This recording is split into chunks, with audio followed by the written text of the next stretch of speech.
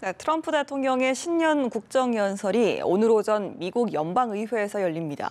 위대함을 선택하기라는 주제로 집권 후반기 국정운영 구상을 밝힐 예정인데요. 2차 북미 정상회담의 날짜와 장소도 확정될 것으로 보입니다. 워싱턴 연결해서 자세히 알아봅니다. 윤석희 특파원. 네, 워싱턴입니다. 네, 미국 우선주의를 강조하는 트럼프 대통령, 올해는 어떤 메시지를 내놓을지 주목이 되는데요. 현지 시간으로는 5일 밤에 국정연설이 진행되는 거죠? 네, 그렇습니다. 도널드 트럼프 대통령은 이곳 현지 시간으로 2시간 뒤인 밤 9시 미국 연방의회 하원회의장에서 유니언 어드레스라 불리는 신년 국정연설을 진행합니다. 상하원 합동으로 열리는 오늘 연설에서 트럼프 대통령은 위대함을 선택하기라는 주제로 40여 분간 집권 3년차 국정운영 계획을 설명할 예정입니다. 트럼프 대통령은 미국 우선주의를 바탕으로 이민과 무역, 사회 기반 시설, 건강보험, 국가안보 등 5개 분야에서 초당적 지지를 촉구할 것으로 보입니다. 앞서 AP통신은 이번 연설 주제에 대해 화합의 비전을 제시하고 대야 관계를 개선하겠다는 트럼프 대통령의 의지가 담겼다고 보도했습니다. 다만 야당인 민주당과 강하게 대립하고 있는 국경장벽 예산 배정에 연설에 많은 시간을 할애할 경우 향후 정국은 다시 급속히 얼어붙을 것으로 보입니다.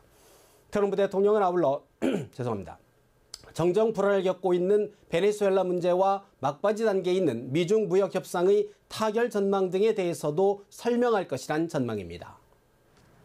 네, 아무래도 우리의 관심은 오늘 국정연설에서 2차 북미 정상회담 일정을 확정해서 발표할지 여부 아니겠습니까? 네, 그렇습니다. 트럼프 대통령은 지난 3일 미국 CBS 방송 인터뷰에서 2차 북미 정상회담 일정을 국정연설 또는 그 직전에 발표할 수 있다고 예고했는데요. 트럼프 대통령의 언급 잠시 들어보시겠습니다. I won't tell you yet, but you'll be finding out probably State of the Union or shortly before. But the meeting is set. 일본과 미국 언론들은 오는 25일 전후로 베트남에서 북미 정상의 두 번째 만남이 이루어질 것이라고 보도하고 있습니다. 트럼프 대통령은 2차 정상회담 확정과 함께 비핵화 이후 경제 발전 등 북한의 미래에 대한 청사진을 제시하며 비핵화 조치를 압박할 것으로 보입니다. 트럼프 대통령은 같은 CBS 인터뷰에서 북한이 엄청나게 발전할 수 있는 기회를 가졌다고 강조하면서도 핵무기를 가진 채로는 안 된다는 점을 분명히 했습니다. 트럼프 대통령의 언급 다시 한번 들어보시겠습니다. It has a chance to be one of the great economic countries in the world. He can't do that with nuclear weapons, and he can't do that on the path they're on now.